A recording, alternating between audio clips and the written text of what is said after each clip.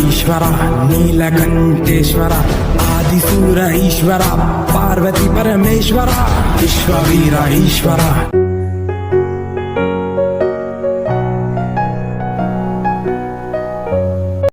शुभ प्रभात मित्रों। तो सबसे पहले आप सभी मेरे साथ बोलिए जय महादेव। जी हाँ, तो आज है सावन का पहला सोमवार। जैसा कि आप सबको पता ही होगा कि हमारा सावन महीना स्टार्ट हो चुका है, जो कि 25 जून से स्टार्ट है और आज है 26 जून और आज है सावन का पहला सोमवार। तो हम इसीलिए इतनी जल्दी उठ के इतने तैयार हुए हैं क्योंकि हम चाहते हैं कि सावन में पहले सोमवार में शिव जी को सबसे पहले जल हम ही चढ़ाएं। पहले सोमवार क्या, पूरे सावन में ही सबसे पहले शिव जी को जल हम ही चढ़ाएं। तो आप सभी मेरे साथ चलिए और देखिए।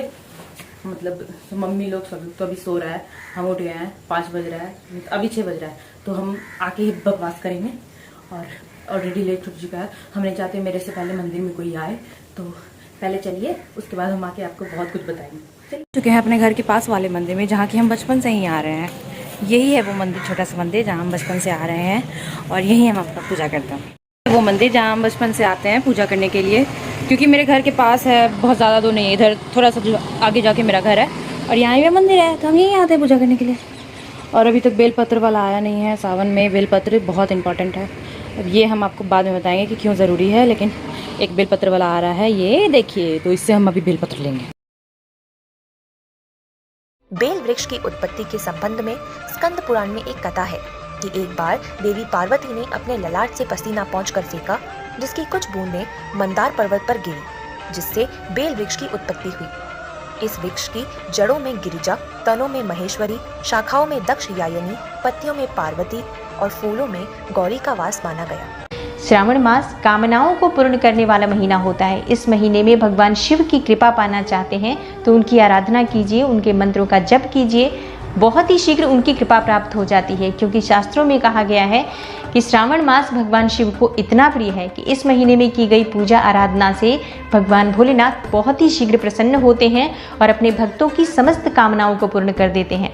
तो जिस प्रकार से भगवान भोलेनाथ को श्रावण मास प्रिय है, उसी प्रकार से भगवान भोलेनाथ के भक्तों को भी श्रावण मास बहुत प्रिय है। पूरे वर्ष इंतजार करते हैं शिव भक्ति इस मास का, कि जब ये श्रावण मास का विशेष समय शुरू होगा, हम भगवान शिव की विशेष विधि से पूजा आराधना करेंगे, विशेष रूप से उनके मंत्रों का जप करेंगे।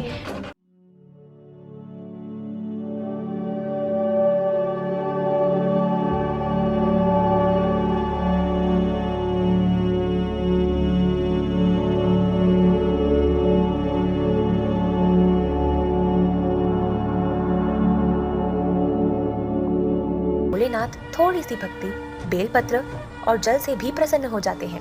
पुराणों के अनुसार समुद्र मंथन के समय जब कालकूट नाम का विष निकला, तो इसके प्रभाव से सभी देवता व जीव जंतु व्याकुल होने लगे।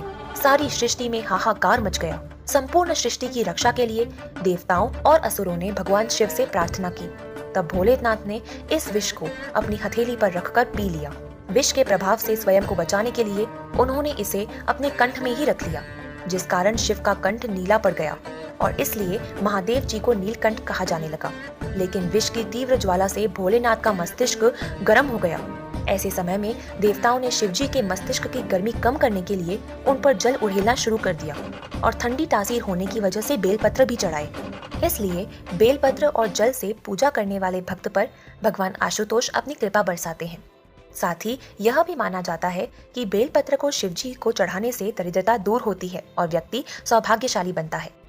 मेरी पूजा खत्म हो चुकी है और अब हम घर जा रहे हैं और आपसे जो भी बात करेंगे अब घर जाके करेंगे।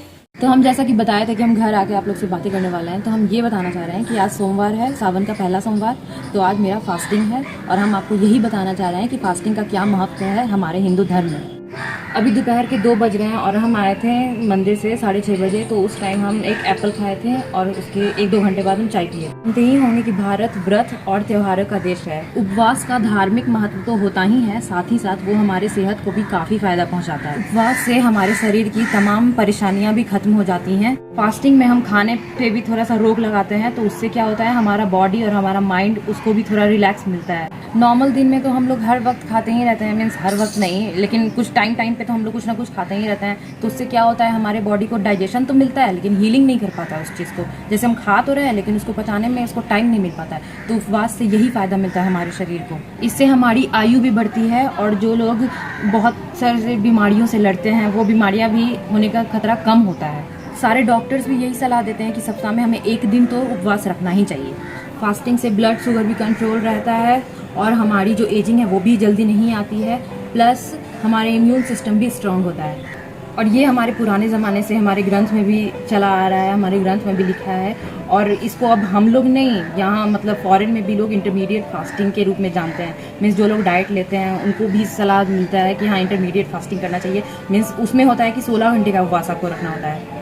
ऐसे सबके लिए उपवास करना इतना आसान नहीं होता है, लेकिन मेरे लिए है, मतलब मेरा तो हैबिट बन चुका है, लेकिन हर किसी के लिए इतना आसान नहीं होता है। लेकिन मेरा ये मानना है कि हर किसी को ये अपने रूटीन में शामिल करना चाहिए। एटलीस्ट आप हर दिन तो नहीं ना कर सकते हैं, लेकिन फिर भी साल में 3, 4 या 5 बार तो आप कर ही सकते हैं। इतना तो कोई भी इंसान कर सकता है। अगर खा रहा है तो बॉडी को रिलैक्स भी तो मिलना चाहिए ना। तो अभी हम जा रहे हैं कुछ थोड़ा हल्का फुल्का खाने के लिए, क्योंकि फास्टिंग से बॉडी में वीकनेस भी आ जाती है, तो थोड़ा सा एनर्जी तो चाहिए ना इंसान को। तो चलिए देखते हैं हम क्या करें। उपवास शरीर के सिस्टम को साफ करता है, स्वास्थ्य बेहतर होता है, नींद का चक्र सुधरता है, पाचन तंत्र को थोड़ा आराम मिलने से शारीरिक प्रणालियाँ संतुलित हो जाती हैं, मानसिक स्वास्थ्य में भी सुधार होता है। साथ ही फायदेमंद आहार और शारीरिक पोषण हमारे शरीर को फायदा पहुंचाता है। करता करे न कर सके, शिव करे सो होय, 3 लोक 9 खंड में महाकाल से बड़ा न कोई। सावन की हार्दिक शुभकामनाएं।